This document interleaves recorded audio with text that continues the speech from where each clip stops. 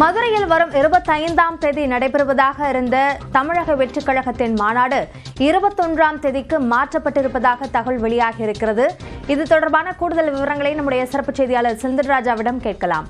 செந்தில்ராஜா, இந்த தேதி மாற்றத்திற்கு காரணம் என்ன?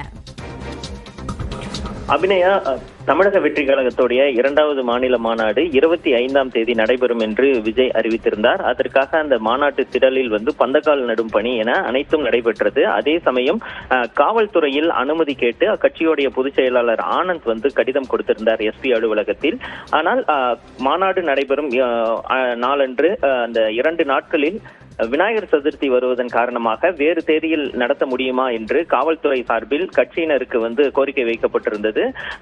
இந்த நிலையில் தான் 18ஆம் தேதியில் இருந்து 22ஆம் தேதி வரை ஏதாவது ஒரு தேதியில் நடத்தி கொள்ளலாமா என்று பரிசீலனை செய்யப்பட்டு வந்தது. குறிப்பாக கடந்த ஒரு வார காலமாகவே இதுக்கான அந்த ஆலோசனை என்பது நடைபெற்றதாக கூறப்படுகிறது. இந்த நிலையில் தான் தற்போது அந்த காவல்துறையில் தங்களுடைய அந்த தேதி மாற்றத்தை கட்சியினர் தெரிவித்திருக்கிறார்கள். குறிப்பாக 18ஆம் தேதியிலிருந்து 22ஆம் தேதி வரை ஏதோ ஒரு தேதி என்று முடிவு செய்தாலும் அதில் 21ஆம் தேதி நடத்தி கொள்ளலாம் என்று ஒரு தகவலை தெரிவித்திருக்கிறார்கள் என்று தகவல் கிடைத்திருக்கிறது. அபிநயா, விரிவான விவரங்களுக்கு நன்றி செந்தில்ராஜா. இது தொடர்பாக தவிக பொதுச் செயலாளர் ஆனந்த் கொடுத்த பேட்டியை பார்க்கலாம்.